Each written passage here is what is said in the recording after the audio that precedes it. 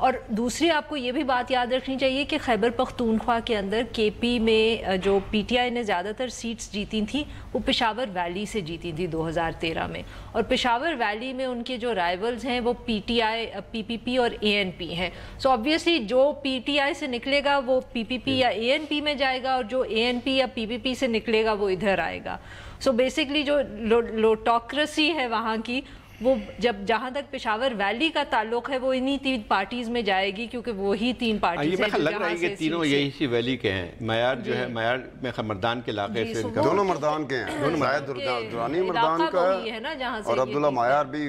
مردان کا ہے. لیکن یہ جس مارجن سے جیتے ہوئے ہیں نا وہاں پر، یہ مطلب عبداللہ جو ہے نا، یہ کوئی 12,000 اس کے ٹوٹل ووٹ تھے. وہاں پر پیپل پارٹی والے 4,000 یا 4500 ووٹ تھے، لیکن اے این پی اور جے یو آئی کے 10,000 کے قریب ووٹ تھے. مطلب یہ کوئی ایسا مارجن نہیں تھا کہ جس میں بہت وہ کیا. اسی طرح جو زاہد درانی صاحب ہیں نا، ان کا بھی کوئی وکٹری جو مارجن ہے نا، وہ اتنا زیادہ کوئی امپریسو نہیں ہے. ٹھیک ہے جیت کے 2-3-4 ہزار ووٹوں سے جیت گئے، لیکن وہ نہیں ہے جو کہ ایک ہوتا ہے نا کہ ایک وقت میں جاتا ہے کہ یار یہ واقعی ان ریئل ٹرم یا ریئل ٹائم الیکٹیبلز ہوں. میرے خیال اصل میں یہی بات آتی ہے کہ ایک تھوڑا سا سائیکلوجیکل بات ہوتی ہے. جب ان کو ہٹایا گیا تھا پی ٹی آئی سے تو یقینی طور پہ پی ٹی آئی کے پاس آپشنز موجود تھے، بہت زیادہ پی ٹی آئی کے پاس آپشنز. تو اس کے بعد جو ہے پیپلز پارٹی کا آپشن کم ہے، تو پیپلز پارٹی والے تو کسی کو بھی لے لیں گے. اگر کے پی کے اندر اب پی ٹی آئی کی وہ تو اپنے ڈاکٹر سچویشن صاحب جو ہیں جو پی سی آر میں بیٹھتے ہیں ان کو بھی لے لیں گے. وہ وقت ہمارا ختم ہوا. زاہد حسین صاحب آپ کا شکریہ، عارفہ نور آپ کا شکریہ. مجھے عارفہ نور کو اور زاہد حسین صاحب کو کل شام 7 بجے تک کی اجازت دیجیے. خدا حافظ.